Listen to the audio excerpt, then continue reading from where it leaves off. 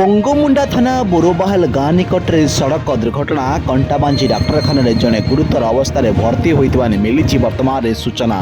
वर्तमान बड़ खबर बलांगीर जिला बंगमुंडारू भालुमुंडा जीवा रास्ता बंगमुंडा थाना अंतर्गत बोरोबाल गाँ 6 निकट एक बाइक चालक भारसाम्य हराई रास्तार एक लोहा खंटरे पिटी होती जहाँ फल बाइक चालक जनक गुरुतर होती एने रास्ता कड़े से पड़ता स्थानीय लोके देखी सागे साग बंगमुंडा अग्निशम बाहिनी को खबर देते। घटनास्थल बंगमुंडा अग्निशम बाहिनी पहुंची युवकों को उद्धार कर चिकित्सा पाई कंटाबांजी डाक्तखाना भर्ती करिछि। वर्तमान युवक जनक चिकित्सा कंटाबांजी करा जाउछि। युवक जनक बंगमुंडा थाना जुलेपड़ा गाँव राजेश महानंद बोली जनापड़ी से कौन से गाँव बंगमुंडा को आसी घर को फेरुवा समय सड़क दुर्घटना शिकार होती एवं गुरुतर अवस्था कंटाबांजी डाक्तखाना भर्ती होती।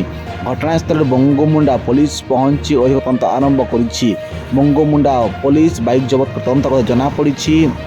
बंगमुंडा थाना अंचल घटी सड़क दुर्घटना बंगमुंडार भालुमुंडा जीवा रास्ता बोरोबाहाल 6 निकट एक रास्तार लुहा खुंटरे पिटी होती गुरुतर अवस्था कंटाबांजी डाक्तखाना भर्ती रही। स्वास्थ्यावस्था वर्तमान गुरुतर रही। शरीर विभिन्न स्थान में गभीर आघात और माड़ बाजी देखा मिली। बंगमुंडा अग्निशम बाहिनी तुरंत उद्धार कर चिकित्सा पाई कंटाबांजी डाक्तखाना भर्ती कर सूचना मिली। वर्तमान देखुंत आपण exclusive visual local for scheme केमी घटी सड़क दुर्घटना और गुरुतर अवस्था कंटाबांजी डाक्तखाना भर्ती होता मिली सूचना। पुलिस तदंत जारी रखी वर्तमान सूचना मिली।